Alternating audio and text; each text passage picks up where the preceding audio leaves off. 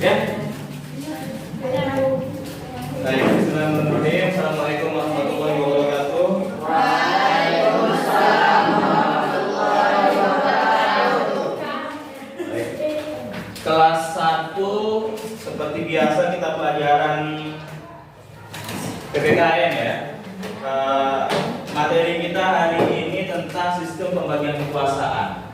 Tetapi sebelum itu Pak Guru absen dulu, yang hadir dan tidak hadir pada Denny Samudra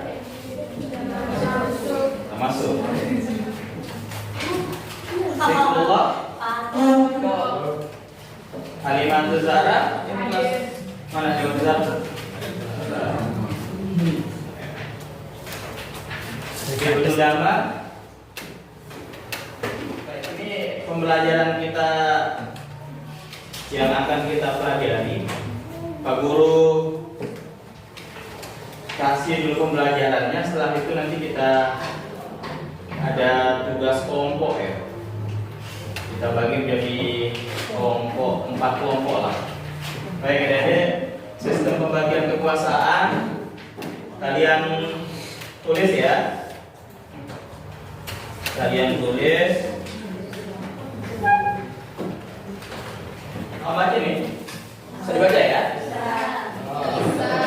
Kekuasaan. Langsung jawab. Baik, perhatikan. Apa itu kekuasaan? Kekuasaan itu adalah kemampuan seseorang untuk mempengaruhi orang lain. Ya, contoh. Saya meminta kalian untuk duduk, gitu. Diam. Kemudian kita belajar dengan baik. Nah, kemampuan saya untuk mempengaruhi kalian agar kalian mau melakukan apa yang saya minta, itu namanya kuasa. Ya, itu namanya kekuasaan. Paham ya? Paham nggak? Jadi kalau kalian misalnya punya teman, kemudian apa yang diinginkan oleh teman kalian itu kepada kalian lakukan, berarti teman kalian itu punya kekuasaan terhadap diri kalian. Gitu ya? Atau contoh lain misalnya, kita diminta untuk membeli sesuatu oleh orang tua kita, kalian kemudian mau melakukan itu, maka orang tua kalian punya kekuasaan terhadap kalian. Begitu juga sebaliknya. Ketika kalian mungkin dengan adik kalian suruh tidur misalnya, kemudian dia mau tidur, itu kalian punya kekuasaan terhadap adik kalian, gitu ya. Jadi intinya adalah kekuasaan itu adalah kemampuan kita, kemampuan seseorang untuk mempengaruhi orang lain agar orang itu mau melakukan tindakan yang kita kehendaki atau yang kita perintah itu, ya, itu ya. Baik, itu dia kekuasaan. Nah, kekuasaan ini adik-adik, kalau kekuasaan ini dipusatkan pada satu orang, ya, dipusatkan pada satu tempat, maka akan terjadi abuse of power namanya. Abuse of power itu adalah penyalahgunaan kekuasaan. Ya, misal nih presiden ini atau raja. Raja ini kan tidak punya batasan kekuasaannya, ya. Apa yang dia perintahkan, apa yang dia inginkan, apa yang dia ucapkan itu akan menjadi undang-undang. Itu akan menjadi peraturan, ya. Ini raja ini, ya. Jadi oleh karena itu pemikir-pemikir atau para ilmuwan itu membatasi kekuasaan itu, ya, karena apabila kekuasaan itu terletak pada satu orang, pada satu lembaga, maka akan terjadi korup di sana, akan terjadi penyalahgunaan kekuasaan. Contoh tadi raja misalnya, raja ini setiap kata-katanya menjadi undang-undang, ya.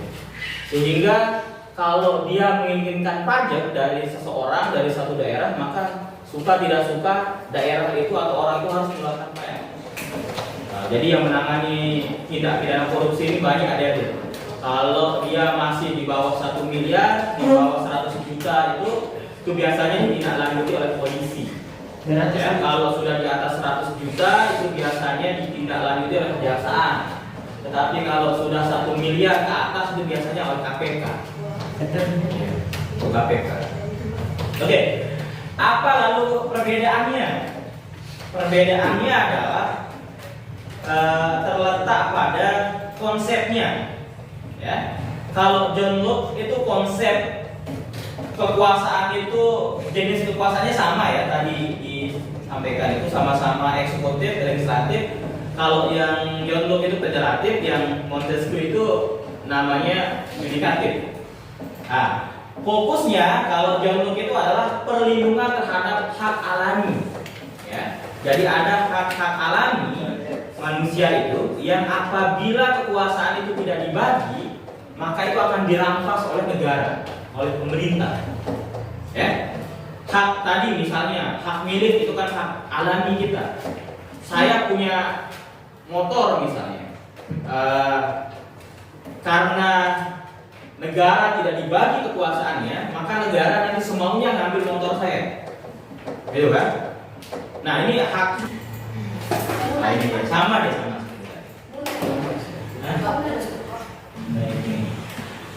Baik adik-adik, kalian duduk. Kita bagi kelompoknya menjadi 3, 4. Di sini, ya. Ayo di sini, maju. Sebentar saja, biar kita cepat selesai. Di sana. Ilham, kamu gabung di sini lah. Gabung sini. Ini. Baik.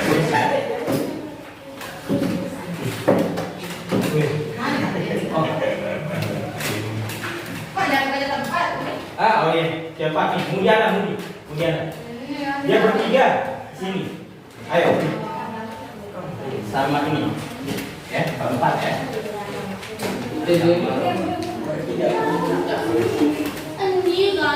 Baik, tugas kalian. Kalian baca itu. Ya.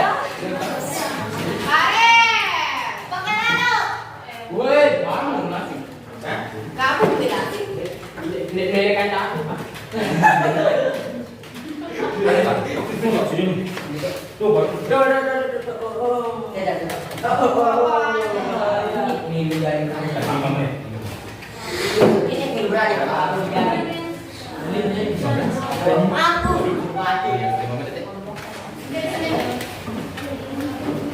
Bagi dong. Ya. Lagi 5 menit. Sampai 30 menit.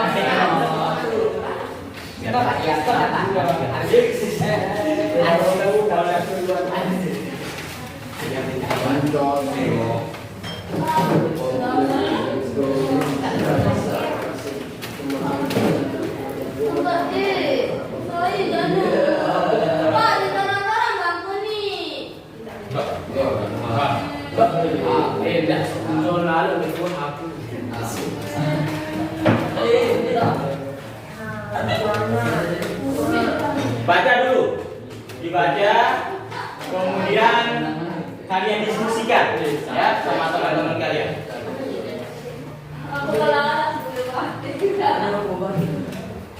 Nanti ada yang maju di kelompoknya.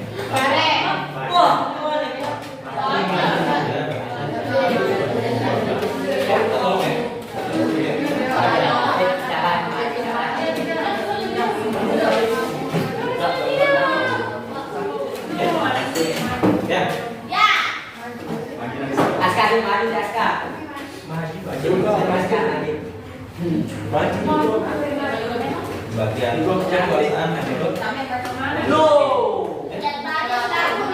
nah yang ini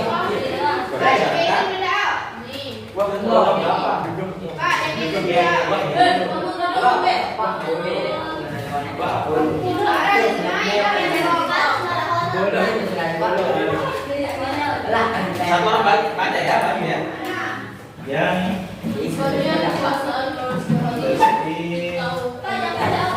air bersama nama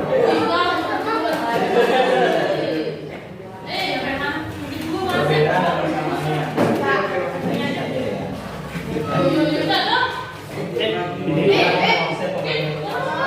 Habis ini saja. Terus kelompok ini harus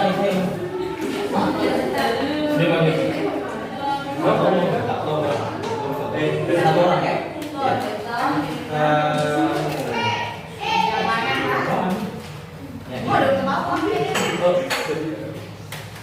Ini konsep pembagian kekuasaan yang dibuat sampai kamu baca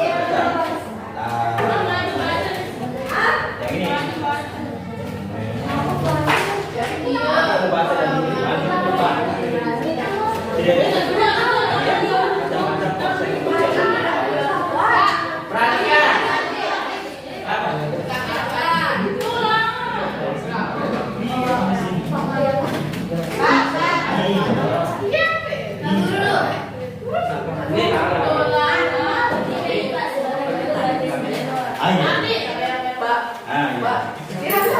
sampai air. Ya makanya coba Pak. Habis ini. Sudah ya? Sudah.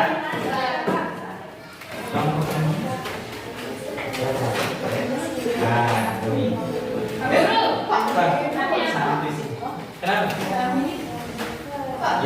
ini. Kenapa? Ya. Apa? Guru yang lagi. Sudah? Ya? Sudah? Sudah ya? Oke. Sudah? Sudah ya? Baik. Kalau sudah, diskusinya sudah, saya minta satu orang perwakilan kelompoknya untuk maju membacakan hasil diskusinya. Kita mulai dari kelompok 1 dulu. Silakan. Silakan maju, bacakan hasil diskusi kelompoknya, pembagian kekuasaan berdasarkan pendapatnya John Locke. Ya? Ya, silakan maju. Kenalkan diri, nama kelompoknya. Ayo. Kelompok 1. Perkenalkan, nama saya Jin Aulia dari kelompok 1. Ya. Ayo ya. Bacakan hasilnya. Pembagian kekuasaan Perhatikan yang lain, perhatikan yang lain. Dikutip dari buku pasti Pusat Pendidikan Pancasila dan Kewarganegaraan untuk SMA MA kelas 10 oleh tim Ganesha Operation. Pembagian kekuasaan dan pembagian wewenang menjadi beberapa bagian yang saling bekerja sama dalam sebuah negara. Bagian-bagian tersebut meliputi lembaga eksekutif, legislatif, dan yudikatif. Pembagian kekuasaan bertujuan untuk setidaknya yaitu pemusatan kekuasaan atau wewenang pada satu pihak atau lembaga. Jika suatu kekuasaan atau wewenangnya terpusat pada satu pihak saja, maka akan muncul pemerintah yang bersifat absolut atau otoriter. Pemerintah absolut merupakan bentuk pemerintah yang dikepalai presiden, raja, ratu, atau kaisar yang memegang kekuasaan yang tidak terbatas. Sementara itu, pemerintah otoriter merupakan bentuk pemerintahan yang kepala pemerintahnya tidak diwenang-wenang dan tidak mengetahui aspek-aspek kebebasan individu. John Locke adalah orang pertama yang mengemukakan teori pemisahan kekuasaan negara. John Locke mengusulkan agar kekuasaan dalam negara dibagi dalam beberapa organ negara yang berbeda-beda. Dia mengusulkan agar pemerintah tidak sewenang-wenang, maka harus ada pembedaan pemegang kekuasaan seperti dikutip dari buku Ajar Pendidikan dan Kewarganegaraan oleh Wono dan Abdul Hasan. Pembagian kekuasaan menurut John Locke yaitu sebagai berikut. Kekuasaan legislatif yaitu kekuasaan untuk membuat dan membentuk undang-undang. Kekuasaan eksekutif itu kekuasaan untuk melaksanakan undang-undang, termasuk kekuasaan untuk mengadili setiap pelanggaran terhadap undang-undang. Kekuasaan federatif yaitu kekuasaan untuk melaksanakan hukuman luar negeri. Pendapat ideologi di atas mendasari pemikirannya teori pembagian kekuasaan sebagai gagasan awal untuk menghindari adanya pemusatan kekuasaan absolut pada suatu negara. Nah, jadi bagian kekuasaan ideologi itu kekuasaan legislatif, eksekutif, dan federatif sama dengan. Sudah. Wassalamualaikum warahmatullahi wabarakatuh. Baik. Tangan dulu. Itu ya. Kekuasaan menurut John Locke. Ini legislatif, eksekutif, federatif, ya. Baik, yang selanjutnya kelompok 2 akan membacakan hasil diskusi pembagian kekuasaan berdasarkan Montesquieu. Ayo maju, silakan. Kelompok 2. Semangat.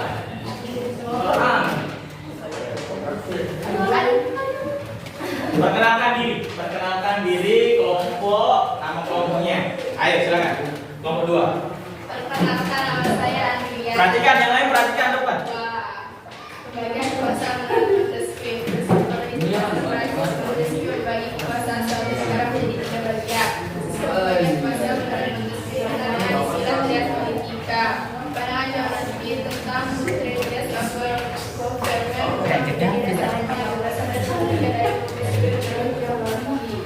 Perhatikan, Ilham. negara terbagi dalam beberapa organ dengan fungsi yang berbeda untuk mencari keseimbangan dan pemerintahan atau kekuasaan membedakan. Nanti kalau ada yang bertanya, bertanya saja.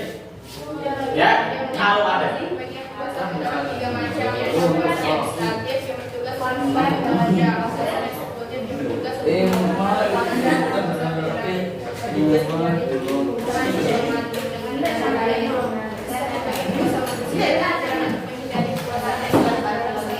Perhatikan yang lain, perhatikan.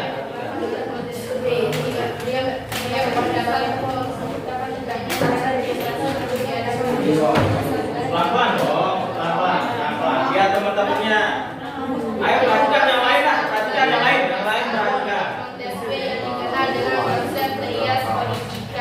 Satu, kekuasaan legislatif. Kekuasaan legislatif adalah kekuasaan yang bertugas untuk membuat undang-undang di Indonesia. Adalah Majelis Permusyawaratan Rakyat MPR, Dewan Perwakilan Rakyat MPR, dan Dewan Perwakilan Daerah DPD. Kedua, kekuasaan eksekutif. Kekuasaan eksekutif adalah kekuasaan yang bertugas untuk melaksanakan undang-undang. Pemegang kekuasaan ini adalah presiden, wakil presiden, dan kabinetnya. Ketiga, kekuasaan yudikatif. Kekuasaan yudikatif adalah kekuasaan yang bertugas untuk mengadili apabila terjadi pelanggaran atas undang-undang. Tugas ini dipegang oleh Mahkamah Agung MA, Mahkamah Konstitusi MK, dan Komisi Yudisial KID. Sementara itu, kekuasaan yudikatif dan komisi dapat menjadi kekuasaan sendiri dan terpisah dari kekuasaan eksekutif. Sudah. Ada yang mau bertanya? Tentang itu? Tidak ada. Sudah. Kelas kelompok 3, kelompok 3. Ayo silakan, kelompok 3. Kelompok 3 ini akan membacakan perbedaan pendapat ya antara John Locke dengan Montesquieu.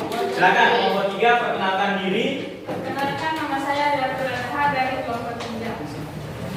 Perbedaan dan persamaan berbeda dengan Montesquieu. John Locke meletakkan kekuasaan yang mengawasi jalannya undang-undang yang yudikatif. Dalam kekuasaan eksekutif, sedangkan yang memisahkan kekuasaan yudikatif dan eksekutif memberikan kebebasan dan kemerdekaan. Montesquieu meletakkan kekuasaan yudikatif dari sini untuk memberikan kebebasan dan kemerdekaan. Montesquieu meletakkan kekuasaan federatif ke dalam kekuasaan eksekutif, misalkan Indonesia sebelum dan sama-sama bahwa kekuasaan dalam suatu negara. Yang lain perhatikanlah. Kita Dengan hak asasi manusia, ia nggak percaya. Sudah. Baik, perhatikan perbedaan pendapat antara Montesquieu dan John Locke itu secara umum seperti ini. Ya. Secara umum seperti ini. John Locke mengatakan legislatif, eksekutif, dan federatif. Sementara Montesquieu mengatakan ada istilah kekuasaan legislatif, eksekutif, dan yudikatif. Ya. Perbedaannya ada pada federatif dan yudikatif. Kalau John Locke itu detail dia membahas tentang kekuasaan federatif. Federatif itu adalah kekuasaan menentukan hubungan dengan hubungan luar negeri. Ya, itu perbedaannya ya. Kemudian yang kedua, fokusnya adalah perlindungan hak alami, dan kalau Montesquieu itu adalah pembagian kekuasaan atau pembatasan kekuasaan. Pengaruhnya ada di sistem pemerintahan Inggris kalau John Locke, sementara konsep pembagian kekuasaan yang dikemukakan oleh Montesquieu itu berpengaruh di Amerika Serikat, termasuk juga di Indonesia, ya, atau di negara-negara yang menganut sistem demokrasi modern. Selanjutnya kelompok 3, 4. Ayo silakan bagi kelompok 4. Ini ada beberapa pendapat juga, ya, beberapa pendapat selain pendapat John Locke dan Montesquieu. Silakan dibacakan. Perkenalkan, saya Putri dari kelompok 4. Konsep pembagian kekuasaan di Indonesia. Yang lain perhatikan. Negara Indonesia menganut sistem pembagian kekuasaan yang semula. Konsep tersebut kerap dijumpai di negara demokrasi. Menurut Jurnal Citra Hukum volume 1 nomor 2 yang ditulis Indra Rahmatullah, perkembangan ketatanegaraan di Indonesia sebelumnya terletak pada sistem and balance. Hal ini ditandai dengan adanya amandemen Undang-Undang Negara Republik Indonesia 1945, yaitu lembaga negara yang saling mengawasi dan mengimbangi lembaga negara lainnya. Tujuan sistem and balance seperti memaksimalkan fungsi lembaga negara dan membatasi Indonesia membagi kekuasaan negara kepada lembaga eksekutif dan dilaksanakan oleh lembaga legislatif oleh Dewan Perwakilan Rakyat atau DPR, dan lembaga yudikatif yang dilaksanakan Mahkamah Agung, Mahkamah Konstitusi, serta Komisi Yudisial. Macam-macam konsep pembagian kekuasaan lainnya. Dengan tersebut demikian dalam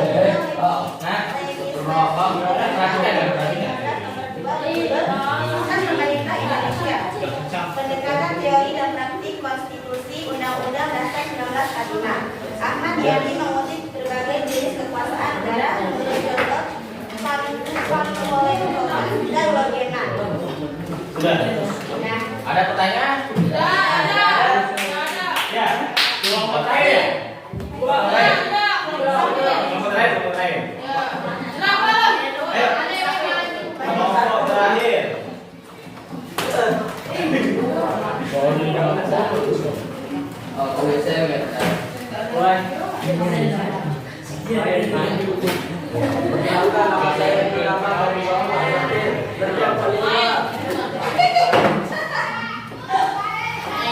Sebagai pengusaha menurut John Locke, seorang filsuf dari ahli fisika asal Inggris, menyatakan bahwa kekuasaan negara dibagi menjadi 3, kekuasaan legislatif, eksekutif, dan federatif.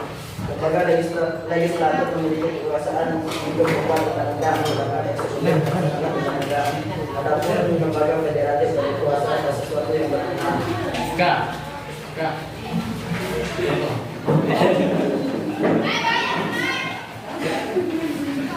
Dengan perang kehilangan membuat perserikatan dan aliansi serta segala tindakan dengan semua orang dan badan-badan di luar negeri. Gagasan John Locke ini pun menginspirasi Montesquieu yang kemudian mengembangkan pembagian kekuasaan ke dalam dua jenis, yaitu tegas politika.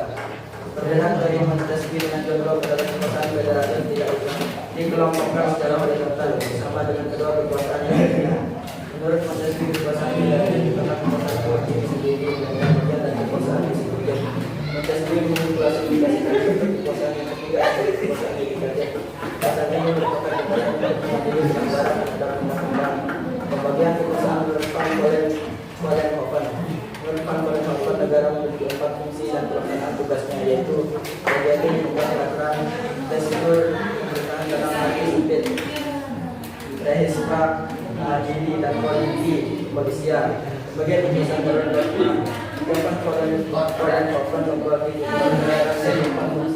Lokman membagi kekuasaan negara yang kekuasaan dilakukan menjadi fungsi perundang-undangan, fungsi untuk membuat undang-undang, melaksanakan undang-undang, pemerintahan dalam arti khusus kepolisian, fungsi menjadi sifat undang-undang pendidikan dan pendidikan, serta peradilan, fungsi menjadi undang-undang sedang